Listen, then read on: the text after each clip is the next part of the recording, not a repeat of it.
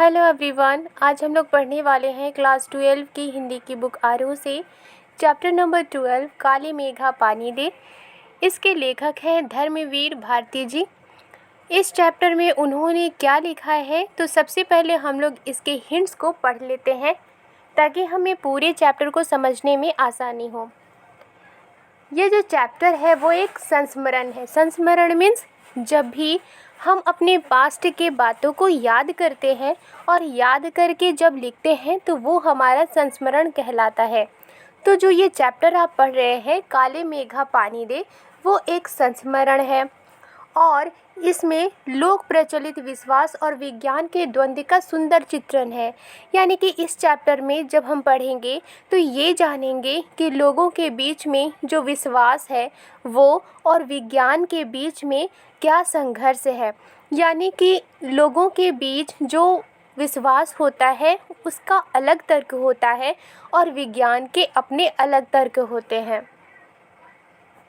अब जानेंगे कि इस चैप्टर में आखिर किस टॉपिक के ऊपर लिखी गई है, ये संस्मरण किस टॉपिक के ऊपर है।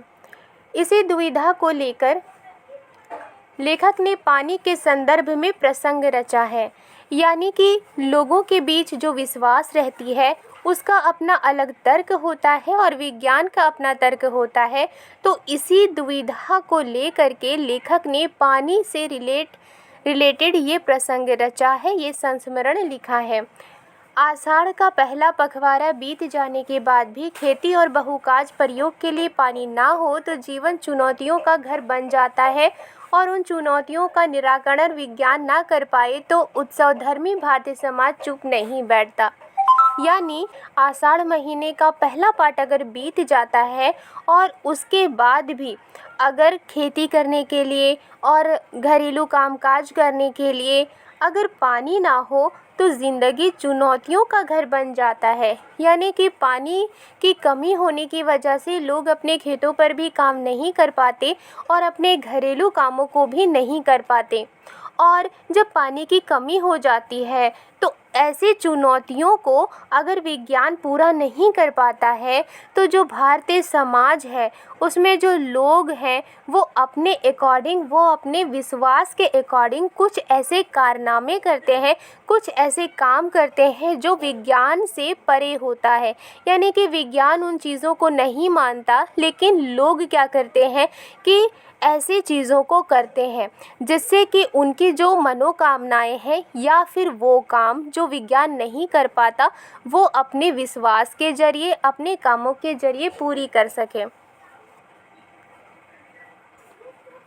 लेखक ने अपने किशोर जीवन के इस संस्मरण में दिखलाया है कि अनावृष्टि दूर करने के लिए गांव के बच्चों की इंदर सेना द्वार द्वार पानी मांगते चलती है और लेखक का तर्कशील किशोर मन भीषण सूखे में उसे पानी की निर्मम बर्बादी के रूप में देखता है। लेखक किशोर थे और उनके समय में उन्होंने ये जो चैप्टर लिखा है जिसे हम संस्मरण कहते हैं, क्योंकि लेखक अपने किशोर जीवन के बारे में, उससे संबंधित घटना के बारे में इसमें बताया है। तो जब लेखक किशोर थे तो उस वक्त क्या करते थे, गांव के बच्चे, उनके गांव के बच्चों की एक सेना हुआ करती थी जिसका नाम था इंदर सेना। वो हर दरवाजे जाते थे और पानी मांगते चलते थे। यानी कि एक तरफ तो पानी की पूरी तरह कमी है लेकिन फिर भी ये इंदर सेना हर एक दरवाजे पर पानी मांगते हुए चलते हैं। और लेखक जो है वो सोचते हैं कि एक तो पानी की कमी है और लेकिन फिर भी ये क्या कर रहे हैं, दरवाजे पानी मांग रहे हैं और उसी पानी को बर्बाद कर रहे हैं। और उनका जो किशोर मन था वो क्या करता था, एक वैज्ञानिक तर्क के रूप में वो उसमें सोचते थे कि किस तरह से पानी की बर्बादी हो रही है। यानी जो इंदर सेना थी उनका अपना एक विश्वास था कि ऐसा करने से पानी की भरपाई होगी, ऐसा करने से बारिश होगी। लेकिन वहीं पर जो लेखक थे उनका किशोर मन जो था वो वैज्ञानिक दृष्टि से इसको देखते थे कि ऐसा करना सिर्फ पानी की बर्बादी ही है। तो चलिए चैप्टर को शुरू करते हैं। यहाँ लिखा है, उन लोगों के दो नाम थे, इंद्रसेना या मेढक मंडली। यानी कि उनके गांव के जो बच्चे थे उनके दो नाम थे, एक नाम था इंद्रसेना और दूसरा नाम था मेढक मंडली। बिल्कुल एक दूसरे के विपरीत, और ये जो नाम है वो एक दूसरे के बिल्कुल विपरीत है। कैसे विपरीत है? यानी कि जो बारिश होती है वो ये विश्वास किया जाता है कि इंद्र देवता की तरफ से की जाती है, इसलिए उन बच्चों की जो सेना थी उसका इंद्र सेना नाम दिया गया था। दूसरा उनका नाम था मेढक मंडली, और मेढक क्या करते हैं, बारिश के मौसम में टर टर करने लगते हैं। तो ये जो दोनों नाम है एक दूसरे के विपरीत थे। जो लोग उनके नग्न स्वरूप शरीर, उनकी उछल कूद, उनके शोर शराबे और उनके कारण गली में होने वाले कीचड़ कादों से चिढ़ते थे, वे उन्हें कहते थे मेढक मंडली। अब कौन उनको मेढक मंडली कहते थे? तो ऐसे लोग जो ऐसे बच्चों के नग्न स्वरूप शरीर को देखते थे, उनकी उछल कूद को देखते थे, उनके शोर शराबे को देखते थे, और ऐसे बच्चों की वजह से गली में जब कीचड़ हो जाता था तो लोग क्या करते थे, उनसे चिढ़ते थे, ऐसे बच्चों से चिढ़ते थे और उन्हें इंद्रसेना नहीं कहते थे बल्कि उन्हें मेढक मंडली कह उनकी अगवानी गलियों से होती थी, यानी कि वो गलियों से होकर के आते थे, हर गली गली वो जाते थे। वे होते थे 10-12 बरस से 16-18 बरस के लड़के, सांवला नंगा बदन, सिर्फ एक जांघिया या कभी कभी सिर्फ लंगोटी। तो वो उनका जो उम्र हुआ करता था वो 10-12 साल से लेकर के 16-18 साल के बच्चे ऐसी सेना में होते थे। उनका रंग जो था वो सांवला होता था और उनका बदन नंगा बदन हुआ करता था, सिर्फ वो एक जांघिया पहन लिया करते थे या फिर कभी कभी वो सिर्फ लंगोटी ही पहने हुए रहते थे। एक जगह इकट्ठे होते थे और सारे बच्चे एक जगह इकट्ठे हो जाया करते थे। पहला जयकारा लगता था, बोल गंगा मैया की जय, और फिर वो जयकारा लगाते थे और जयकारा लगाते वक्त क्या कहते थे, बोल गंगा मैया की जय। जयकारा सुनते ही लोग सावधान हो जाते थे और जैसे ही उन लोगों के जयकारा को सभी सुनते थे तो सभी सावधान हो जाते थे। सभी सोचते थे कि अब हर गली से ये लोग गुजरेंगे और हर दरवाजे को खटखटाकर पानी मांगेंगे। स्त्रियां और लड़कियां छज्जे बारजे से झांकने लगती थीं और ये विचित्र नंग धड़ंग टोली उछलती कूदती समवेत पुकार लगाती थी। और जैसे ही उनके जयकारा सुनते थे सभी लोग, तो उसमें से कई स्त्रियां, कई लड़कियां छज्जे पर आ जाती थीं और बालकनी में आ जाती थीं और झांकने लगती थी। और उनको जो बच्चों की टोली होती थी वो नंग धड़ंग हुआ करती थी, यानी बच्चे सिर्फ क्या पहने हुए रहते थे, सिर्फ या तो एक जांघिया पहन करके रहते थे या फिर लंगोट पहन करके रहते थे। और वो लोग उछलते कूदते हुए एक साथ वो लोग गाते थे, काले मेघा पानी दे, गगरी फूटी बैल प्यासा, पानी दे गुड़धानी दे, काली मेघा पानी दे। यानी वो लोग क्या कहते थे कि ए काले बादल, ए काले मेघा पानी दीजिए, गगरी फूटी हुई है, बैल प्यासे हैं, पानी दीजिए, गुड़धानी दे। गुड़धानी मीन्स जो भुने हुए गेहूं होते हैं उसमें गुड़ में मिलाकर लड्डू बनाया जाता है। ए काले बादल पानी दीजिए। उछलते कूदते एक दूसरे को धकियाते ये लोग गली में किसी 2 महले मकान के सामने रुक जाते और ये सारे बच्चे क्या करते कि उछलते कूदते एक दूसरे को धक्का देते हुए ये सारे बच्चे गली में किसी 2 महले मकान के सामने रुक जाते, यानी कि किसी 2 तल्ले मकान के सामने रुक जाते। पानी दे मैया इंद्र सेना आई है, और वो क्या कहते थे कि पानी दे मैया इंद्र सेना आई है। वो बच्चे भी अपने आप को कौन से सेना कहते थे? इंद्र सेना कहते थे। और जिन घरों में आखिर जेठ या शुरू आषाढ़ के उन सूखे दिनों में पानी की कमी भी होती थी, जिन घरों के कुएं भी सूखे होते थे, उन घरों से भी सहेज कर रखे हुए पानी में से बाल्टी या घड़े भर भर कर इन बच्चों को सर से पैर तक तर कर दिया जाता था। और जैसे ही ये लोग किसी भी घर के दरवाजे के सामने रुकते थे और कहते थे पानी दे मैया इंद्र सेना आई है, तो जिन घरों में भी आषाढ़ के दिनों में भी पानी की कमी होती थी, जिन घरों के कुएं भी सूखे हुए होते थे, और ऐसे घरों में पानी को सहेज करके रखा जाता था। लेकिन सहेजे हुए पानी को भी वो लोग क्या करती थीं कि चाहे वो बाल्टी में हो, चाहे वो घड़े में हो, वो भर भर कर इन बच्चों को सर से पैर तक वो भिगो दिया करती थी। ये भीगे बदन मिट्टी में लोट लगाते थे, पानी फेंकने से पैदा हुए कीचड़ में लथपथ हो जाते थे, और जैसे ही उनके बदन पर बाल्टी या घड़े भर भर कर पानी डाला जाता था, तो ये लोग क्या करते थे कि उनकी जो बॉडी थी वो पूरे पानी में भीग जाया करती थी, और पानी जब ज़मीन पर गिरती थी तो वहाँ कीचड़ भी हो जाया करता था, और उसी में ये लोग लथपथ हो जाया करते थे।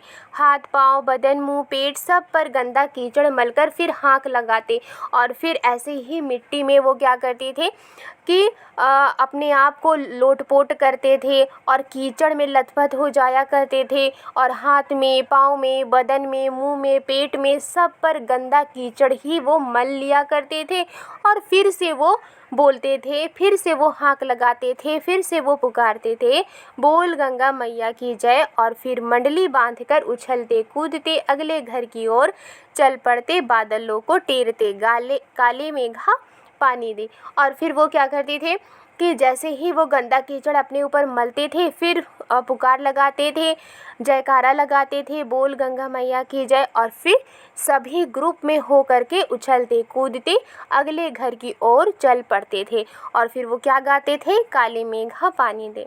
वे सचमुच ऐसे दिन होते जब गली मोहल्ला, गांव, शहर, हर जगह लोग गर्मी में भुन भुन कर त्राहिमाम कर रहे होते, और ये ऐसा वक्त हुआ करता था जब गली मोहल्ले में, गांव में, शहर में, हर जगह लोग गर्मी में तपते रहते थे और त्राहिमाम कर रहे होते थे। वो सोचते थे कि कहीं किसी तरह बारिश हो जाए। जेठ के 10 तपा बीत कर, जेठ के 10 तपा मीन्स जो जेठ का महीना होता है उसके आखिरी जो 10 दिन होते हैं उसमें काफ़ी गर्मी पड़ती है, जिसकी वजह से लोग जो गर्मी के मौसम को झेल करके वो सोचते हैं कि इसके बाद यानी जेठ के बाद जब आषाढ़ आएगी तब बारिश होगी। तो जेठ के महीने के आखिरी 10 दिन जब लोग गर्मी से राहत पाने के लिए सोचते थे कि जेठ के बाद जब आषाढ़ आएगी तो बारिश होगी, लेकिन जब आषाढ़ के महीने का पहला पखवाड़ा भी बीत चुका होता था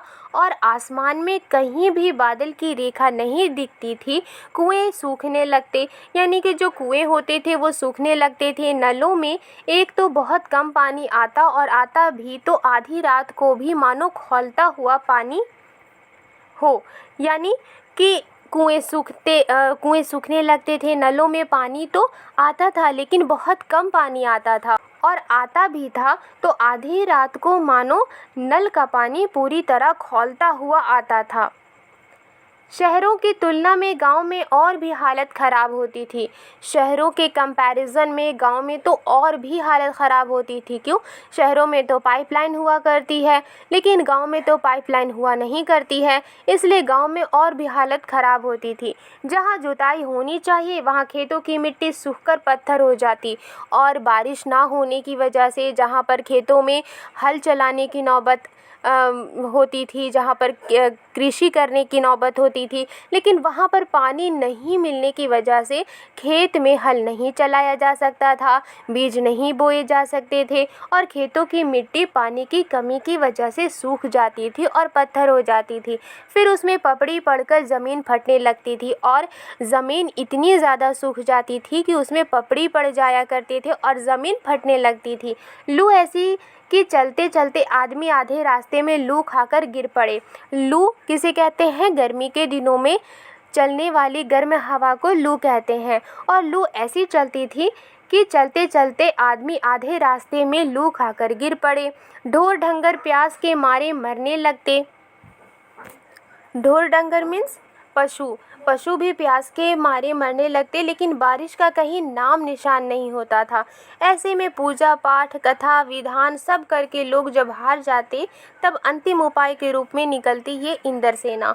और जब पानी की कमी रहती, चारों तरफ पानी के कमी की वजह से कहीं खेत में कृषि नहीं हो पाती थी और लू चलती थी, और जितने भी इंसान तो इंसान, जो जानवर हैं वो भी प्यास से मरने लगते, तब ऐसे दिशा में तब पूजा पाठ किया जाता था, कथा विधान किया जाता था। और इसके बावजूद भी जब लोग हार जाते थे, तब अंतिम उपाय के रूप में निकलती थी ये इंद्र सेना, यानी बच्चों की सेना निकला करती थी। वर्षा के बादलों के स्वामी हैं इंद्र, और इंद्र की सेना टोली बांधकर कीचड़ में लथपथ निकलती, पुकारते हुए मेघों को पानी मांगते हुए प्यासे गलों और सूखे खेतों के लिए। वर्षा के बादलों के स्वामी कौन है? वर्षा के बादलों के देवता कौन है? इंद्र है।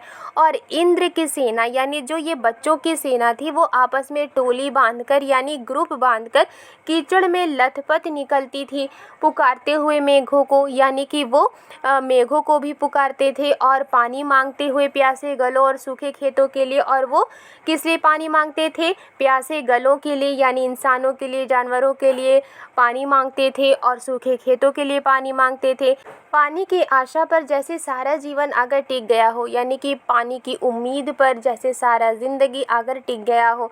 बस एक बात मेरे समझ में नहीं आती थी कि जब चारों ओर पानी की इतनी कमी है, तो लोग घर में इतनी कठिनाई से इकट्ठा करके रखा हुआ पानी बाल्टी भर भर कर इन पर क्यों फेंकते हैं। लेखक कहते हैं कि बस एक बात मेरी समझ में नहीं आती थी कि जब चारों तरफ पानी की इतनी ही कमी है और लोगों के घरों में पानी की कमी है, लोग इतनी कठिनाई से पानी को इकट्ठा करते हैं, तो ये जो बच्चे हैं, जो इंद्र सेना है, जब इनसे पानी मांगते हैं तो ये बाल्टी भर भर कर इन बच्चों के ऊपर, इन सेनाओं के ऊपर क्यों फेंकते हैं। कैसी निर्मम बर्बादी है पानी की। और लेखक के अनुसार इस तरह से पानी का फेंकना निर्मम बर्बादी है। देश की कितनी क्षति होती है इस तरह के अंधविश्वासों से। यानी अगर इस तरह के अंधविश्वास किए जाएं तो एक पढ़े लिखे समाज को ये शोभा नहीं देती है, और इससे देश का ही नुकसान होता है। कौन कहता है इन्हें इंद्र की सेना? लेखक कहते हैं कि कौन कहता है इन्हें इंद्र की सेना? अगर इंद्र महाराज से ये पानी दिलवा सकते हैं तो खुद अपने लिए पानी क्यों नहीं मांग लेते? लेखक कहते हैं कि अगर ये इंद्र महाराज से पानी दिलवा सकते हैं, इंद्र महाराज से कहकर बारिश करवा सकते हैं, तो खुद अपने लिए पानी क्यों नहीं मांग लेते? ये दरवाजे दरवाजे जाकर पानी क्यों मांगते हैं? क्यों मोहल्ले भर का पानी नष्ट करवाते घूमते हैं? नहीं, ये सब पाखंड है। और ये लोग क्यों मोहल्ले भर के पानी को बर्बाद करते हैं? नहीं, ये सब पाखंड है। लेखक के अनुसार ये क्या है? एक पाखंड है, अंधविश्वास है, और लेखक इसे अंधविश्वास मानते हैं। ऐसे ही अंधविश्वासों के कारण हम अंग्रेज़ों से पिछड़ गए और गुलाम बन गए। और लेखक कहते हैं कि इसी तरह के अंधविश्वासों की वजह से हम अंग्रेज़ों से पिछड़ गए और अंग्रेज़ों के गुलाम बन गए। मैं असल में था तो इन्हीं मेढक मंडली वालों की उम्र का, पर कुछ तो बचपन के आर्य समाजी संस्कार थे, और एक कुमार सुधार सभा कायम हुई थी, उसका उपमंत्री बना दिया गया था। अब लेखक अपने बारे में कहते हैं कि मैं असल में तो इन्हीं मेढक मंडली की उम्र का था। अब उन्होंने इन्हें इंद्र सेना नहीं कहा है, इन्हें मेढक मंडली कहा है। ऐसे बच्चों को उन्होंने मेढक मंडली कहा है। क्यों कहा है? क्योंकि ये उनको अंधविश्वास मानते थे, पाखंड मानते थे। और वो कहते हैं कि मैं इन्हीं के उम्र का था, पर कुछ तो बचपन के आर्य समाजी संस्कार थे, यानी कि लेखक के पास उनके अपने संस्कार थे, और एक कुमार सुधार सभा कायम हुई थी, यानी कि जो बच्चे थे उनको सुधार करने की एक सभा कायम हुई थी, और उसी सभा के ये यानी लेखक उपमंत्री बना दिए गए थे। चूँकि उन्हें कुमार सुधार सभा का उपमंत्री बना दिया गया था, सो समाज सुधार का जोश कुछ ज़्यादा ही था। इसलिए उसमें समाज सुधार करने का जोश, समाज को सुधारने का जोश लेखक में कुछ ज़्यादा ही था। अंधविश्वासों के खिलाफ तो तर्कस में तीर रखकर घूमता रहता था, यानी कि जहाँ कहीं भी वो अंधविश्वास देखते थे तो उसके खिलाफ वो अपने तर्कस में, तर्कस क्या होता है? तर्कस होता है जिसमें तीर रखी जाती है। तो वो कहते हैं कि जहाँ कहीं भी उन्हें अंधविश्वास दिखता था तो उसके खिलाफ वो अपने तर्कस में तीर रखकर घूमते रहते थे, यानी उसको मना करते थे कि इस तरह के अंधविश्वास नहीं करना चाहिए, और हमेशा वो लोगों को सुधारने का काम किया करते थे। मगर मुश्किल ये थी कि मुझे अपने बचपन में जिससे सबसे ज़्यादा प्यार मिला वे थी जीजी। लेखक कहते हैं कि मगर मुश्किल ये थी कि मुझे अपने बचपन में जिससे सबसे ज़्यादा प्यार मिला वे थी जीजी, यानी कि उनकी बहन। यूँ मेरी रिश्ते में कोई नहीं थी, यानी कि लेखक कहते हैं कि वो जिसने वो बहन मानते थे वो उनके रिश्ते में नहीं थी, वो उनकी अपनी बहन नहीं थी, उम्र में मेरी माँ से भी बड़ी थी, यानी कि उम्र में उनके लेखक की माँ से भी वो बड़ी थी, पर अपने लड़के बहू सबको छोड़कर उनके प्राण मुझी में बसते थे। लेकिन लेखक जिन्हें जीजी कहा करते थे उनके अपने लड़के भी थे, उनकी अपनी बहू भी थी, लेकिन उन सबको छोड़ करके वो सबसे ज़्यादा लेखक को मानती थी। और वे थी उन तमाम रीति रिवाजों, तीज त्योहारों, पूजा अनुष्ठानों की खान जिन्हें कुमार सुधार सभा का ये उप मंत्री अंधविश्वास कहता था, और जिन्हें वो जीजी कहते थे। तो वो क्या करती थी कि तरह तरह के रीति रिवाज अपनाया करती थी, तरह तरह के तीज त्यौहार मनाया करती थी, तरह तरह के पूजा अनुष्ठान किया करती थी। और जहाँ पर लेखक जो थे, एक तरफ तो कुमार सुधार सभा के वो उपमंत्री थे, और लेखक इन सभी रीति रिवाजों, तीज त्योहारों, पूजा अनुष्ठानों को क्या कहा करते थे? अंधविश्वास कहा करते थे। लेकिन ये सभी चीज़ें उनकी जीजी किया करती थी और उन्हें जड़ से उखाड़ फेंकना चाहते थे, और इन सभी अंधविश्वास को लेखक जड़ से उखाड़ फेंकना चाहते थे। पर मुश्किल ये थी कि उनका कोई पूजा विधान, कोई त्यौहार अनुष्ठान मेरे बिना पूरा नहीं होता था। लेकिन मुश्किल ये थी कि वो जिन्हें जीजी कहा करते थे उनका कोई भी पूजा विधान हो, कोई त्यौहार अनुष्ठान हो, लेखक के बिना उनका पूरा नहीं होता था। दिवाली है तो गोबर और कौड़ियों से गोवर्धन और सतिया बनाने में लगा हूँ। जन्माष्टमी है तो रोज़ 8 दिन की झांकी तक को सजाने और पंजीरी बांटने में लगा हूँ। हर छठ है तो छोटी रंगीन कुल्हियों में भूजा भर रहा हूँ। यानी कि जब उनकी जीजी दिवाली मनाती थी तो गोबर और कौड़ियों से गोवर्धन और सतिया कौन बनाते थे? लेखक बनाते थे। जन्माष्टमी होती थी तो रोज़ 8 दिन की झांकी तक को सजाने और पंजीरी बांटने में कौन लगते थे? लेखक लगते थे। हर छठ है तो छोटी रंगीन कुल्हियों में लेखक भूजा भरते थे। किसी में भुना चना, किसी में भुनी मटर, किसी में भुने अरवा चावल, किसी में भुना गेहूँ। कुल्हियों मीन्स जो मिट्टी के छोटे छोटे खिलौने होते हैं, लेखक उनमें किसी में भुना चना भरते थे, किसी में भुनी मटर भरते थे, किसी में भुने अरवा चावल भरते थे, किसी में भुने हुए गेहूं भरते थे। जी ये सब मेरे हाथों से कराती ताकि उनका पुण्य मुझे मिले, केवल मुझे। और वो जिन्हें जीजी कहते थे वो ये सारे काम लेखक से करवाती थी, और वो इसलिए करवाती थी कि जो भी पुण्य मिले वो लेखक को मिले। लेकिन इस बार मैंने साफ इनकार कर दिया। नहीं फेंकना है मुझे बाल्टी भर भर कर पानी इस गंदी मेढक मंडली पर।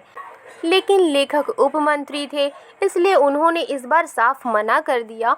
उन्होंने कहा कि मुझे बाल्टी भर भर कर इस गंदी मेढक मंडली पर नहीं फेंकना है। जब जीजी बाल्टी भरकर पानी ले गई, उनके बूढ़े पांव डगमगा रहे थे, हाथ कांप रहे थे, तब भी मैं अलग मुंह फुलाए खड़ा रहा।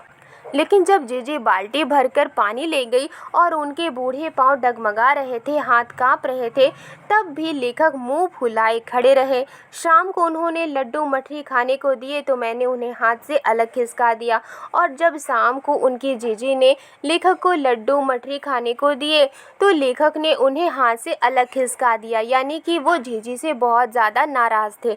मुँह फेर कर बैठ गया, जीजी से बोला भी नहीं, और वो मुँह फेर कर बैठ जाते हैं और जीजी से कुछ भी नहीं बोलते।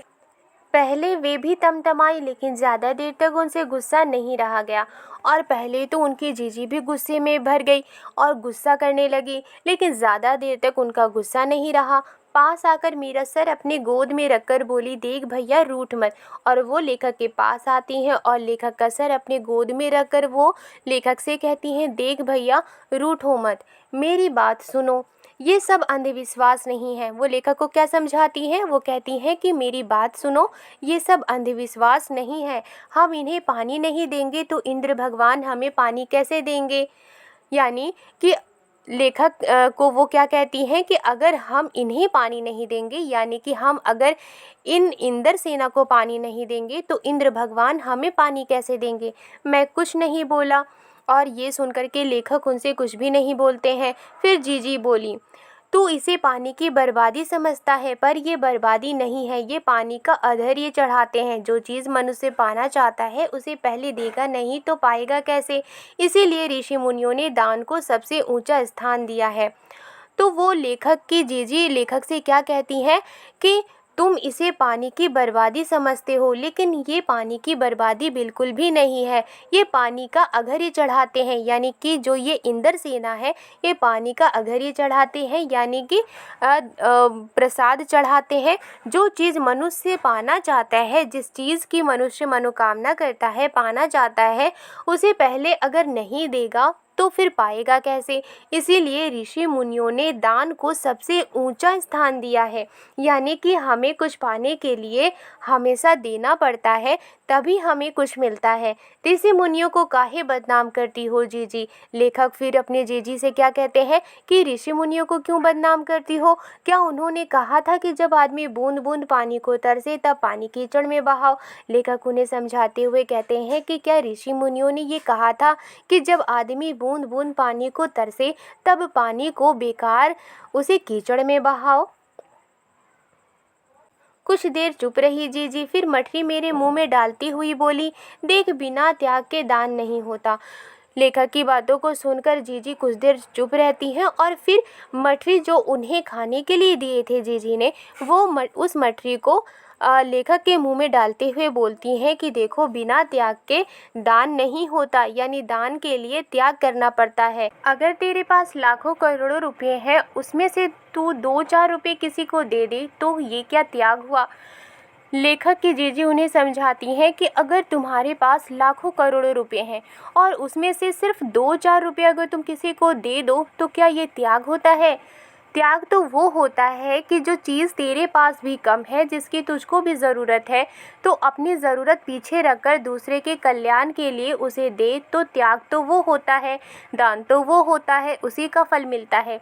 फिर वो लेखक को समझाते हुए कहती हैं कि त्याग आखिर होता क्या है। वो कहती हैं कि त्याग तो वो होता है कि कोई चीज़ आपके पास है लेकिन वो कम है और आपको भी उसकी ज़रूरत है, लेकिन आप अपनी ज़रूरत को पीछे रख दो और दूसरों के भलाई के लिए उस चीज़ को दे दो, तो वही त्याग होता है, दान वही होता है और उसी का फल मिलता है। फल वल कुछ नहीं मिलता, सब ढकोसला है। मैंने कहा तो पर कहीं मेरे तर्कों का किला पस्त होने लगा था, मगर मैं भी जिद पर अड़ा था। लेखक उनकी बातों को सुनकर कहते हैं कि फल वल कुछ नहीं मिलता है, ये सारी की सारी बातें ढकोसला है। फिर वो कहते हैं कि मैंने कहा तो था अपनी जीजी से, लेकिन ये जो मैं उनसे तर्क कर रहा था वो कहीं न कहीं उनके तर्क के सामने कुछ भी नहीं था, लेकिन फिर भी मैं जिद पर अड़ा था। फिर जीजी बोली, देख तू तो अभी से पढ़ लिख गया है, मैंने तो गांव के मदरसे का मुंह नहीं देखा। फिर वो लेखक को क्या बोलती हैं कि तुम तो अभी से पढ़ लिख गए हो, लेकिन मैंने तो गांव के मदरसे का भी मुंह नहीं देखा, मैं तो गांव के मदरसे भी नहीं गई। पर एक बात देखी है कि अगर 30-40 मन गेहूं उगाना है तो किसान 5-6 सेर अच्छा गेहूं अपने पास से लेकर ज़मीन में क्यारियां बनाकर फेंक देता है। फिर वो तर्क देते हुए कहती हैं कि लेकिन मैंने एक बात देखी है कि अगर 30-40 मन गेहूं उपजाना है तो किसान क्या करते हैं कि अपने पास 5-6 सेर अच्छा गेहूं लेते हैं और ज़मीन में क्यारियां बनाकर उन्हें फेंक देते हैं, उसे बुआई कहते हैं। ये जो सूखे हम अपने घर का पानी इन पर फेंकते हैं वो भी बुवाई है। और वो लेखक को कहती हैं कि जो ज़मीन में क्यारियां बनाकर किसान गेहूं को फेंकते हैं, 5-6 सेर गेहूं फेंकते हैं ताकि उनको 30-40 मन गेहूं मिले, तो ऐसे 5-6 सेर गेहूं के फेंकने से जो पौधे उगते हैं उनको बुवाई कहते हैं। और ये जो सूखे हम अपने घर का पानी, यानी कि सूखे में भी हम अपने घर का पानी इंद्रसेना पर फेंकते हैं, वो भी बुवाई है।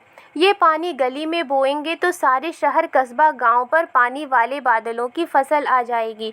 और वो लेखक को समझाते हुए कहती हैं कि ये जो पानी जो हम इंद्रसेना को देते हैं, अगर इन पानी को गली में हम बहाएंगे तो सारे शहर कस्बा गांव पर पानी वाले बादलों की, यानी कि काले मेघों की, काले बादलों की जिससे बारिश होती है उससे बारिश होगी। हम बीज बनाकर पानी देते हैं, फिर काले मेघा से पानी मांगते हैं।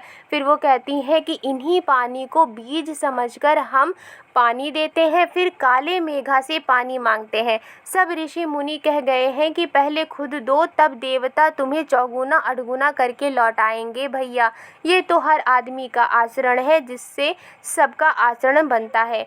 फिर वो लेखक को कहती हैं कि ऋषि मुनि कह गए हैं कि पहले खुद दो, तभी देवता आपको इससे कई गुना ज़्यादा लौटाएंगे। और ये तो हर आदमी का आचरण है जिससे सबका आचरण बनता है, यानी हर एक आदमी के आचरण से सबका आचरण बनता है। यथा राजा तथा प्रजा सिर्फ यही सच नहीं है, यानी कि राजा और प्रजा सिर्फ यही सच नहीं है, सच ये भी है कि यथा प्रजा तथा राजा। यथा प्रजा तथा राजा मीन्स यानी कि जैसी प्रजा वैसी राजा। हालांकि इसे यथा राजा तथा प्रजा कहा जाता है, लेकिन लेखक ने यहाँ पर लिखा है यथा प्रजा तथा राजा, जो कि उनकी जीजी ने उनसे कहा था। और यहाँ पर उन्होंने यथा प्रजा तथा राजा क्यों कहा है? क्योंकि उनके जीजी के अनुसार अगर प्रजा देगी तभी राजा उसे कई गुना ज़्यादा लौटाएंगे। यही तो गांधी जी महाराज कहते हैं। जीजी का एक लड़का राष्ट्र आंदोलन में पुलिस की लाठी खा चुका था, तब से जीजी गांधी महाराज की बात अक्सर करने लगी थी। और उनकी जीजी क्या कहती हैं कि यही तो गांधी जी महाराज कहते हैं। जीजी का एक लड़का यानी जीजी का एक बेटा राष्ट्र आंदोलन में पुलिस की लाठी खा चुका था, यानी कि जब देश की आज़ादी के लिए आंदोलन हुआ करती थी, जीजी का बेटा पुलिस की लाठी खा चुका था, तब से जीजी गांधी महाराज की बात अक्सर करने लगी थी।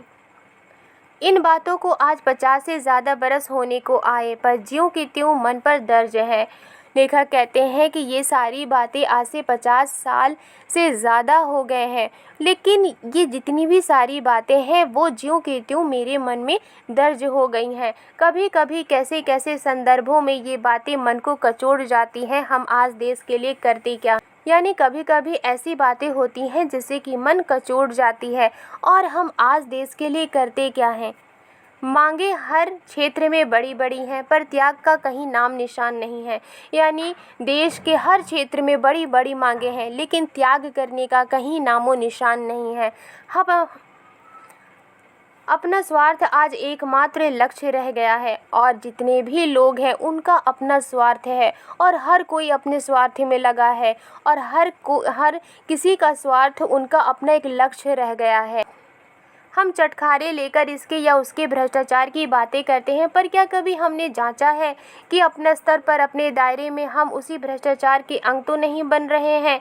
लेखक कहते हैं कि हम चटखारे ले कर के, बहुत ही इंटरेस्ट ले कर के हम भ्रष्टाचार के ऊपर बातें करते हैं, लेकिन क्या कभी हमने इस बात को सोचा है कि क्या हम भी उस भ्रष्टाचार के अंग तो नहीं बन रहे हैं।